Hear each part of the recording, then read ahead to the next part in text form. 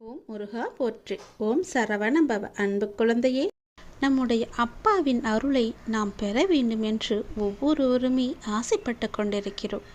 நம்முடைய கஷ்டங்களை நீக்கவும், நமக்கு தேவையான நேரத்தில் உதவி புரியவும், நம் கூடவே இருக்கவும், அப்பாவின் கருணை பார்வை நம் மீது படவும், நாம் அவரை தேடி அவர் ஆலயத்திற்கு செல்ல வேண்டியது என்பதெல்லாம் கிடையாது.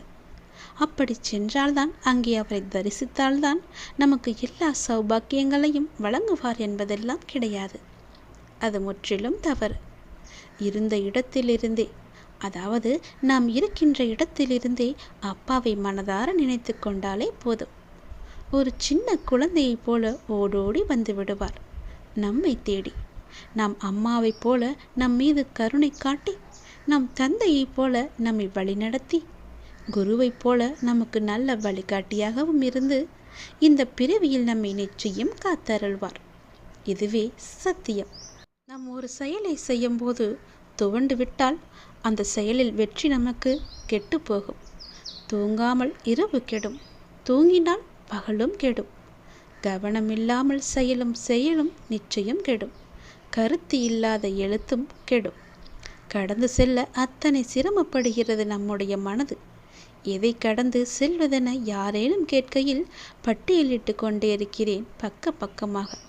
ஓர் அவமானத்தில் கூனி குறுகிடும் நிசப்தம் நிறைந்த வழியை கடந்து செல்ல சிரமப்படுகிறது மனது.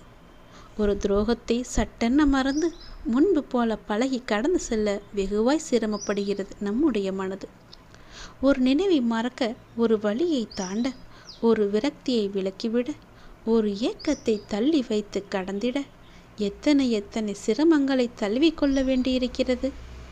கடந்து செல்வது என்பதே பெரும் போராட்டம்தானே. இங்கே இருந்தும் கடந்துதான் நாம் ஆக வேண்டும். அத்தனை தடைகளையும் அடுக்கடுக்காக நாம் கடந்துதான் ஆக வேண்டும். ஒவ்வொரு தோல்வியும் ஒரு அனுபவம் நமக்கு. ஒவ்வொரு இழப்பும் ஒரு லாபம் நமக்கு.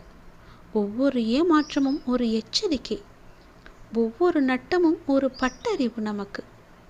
ஒவ்வொரு காணாமல் போதலும் ஒரு நமக்கு தேடுதல். இருள் என்பது நிரந்தரமில்லை. ஒவ்வொரு இருளையும் காலம் வெளிச்சமாக்குவது போல ஒவ்வொரு துன்பத்தையும் காலம் இன்பமாக்கும். ஒரு எறும்புக்கு முன்னால் எந்த தடைகளை நீங்கள் வைத்தாலும் அது அடியில் சென்றோ அல்லது மேலாக சென்றோ அல்லது சுற்றி சென்றோ அந்த தடைகளை கடந்துவிடும் எளிதாகவே. நன்றாக கவனித்து பாருங்கள். தடைகளை உடைப்பதற்கு எறும்புகள் காலத்தை விரயம் செய்வதில்லை. தடைகள் இருந்தால் நமக்கென்ன? ஒரு பக்கம் மூடினால் இன்னொரு பக்கம் திறக்கும் அல்லவா? அதுபோல தடைகளை அங்கேயே விட்டுவிட்டு அவை முன்னேறுகின்றன. நாமும் சிக்கல் இல்லாத வாழ்வுடன் தான் நாம் பிறந்தோம். பிறகு நாமவே சிக்கலை ஏற்படுத்தி கொண்டோம். சரியாக கவனித்து சிக்கலை அவிழ்த்தால் நம் வாழ்க்கை இனிதாக மாறும்.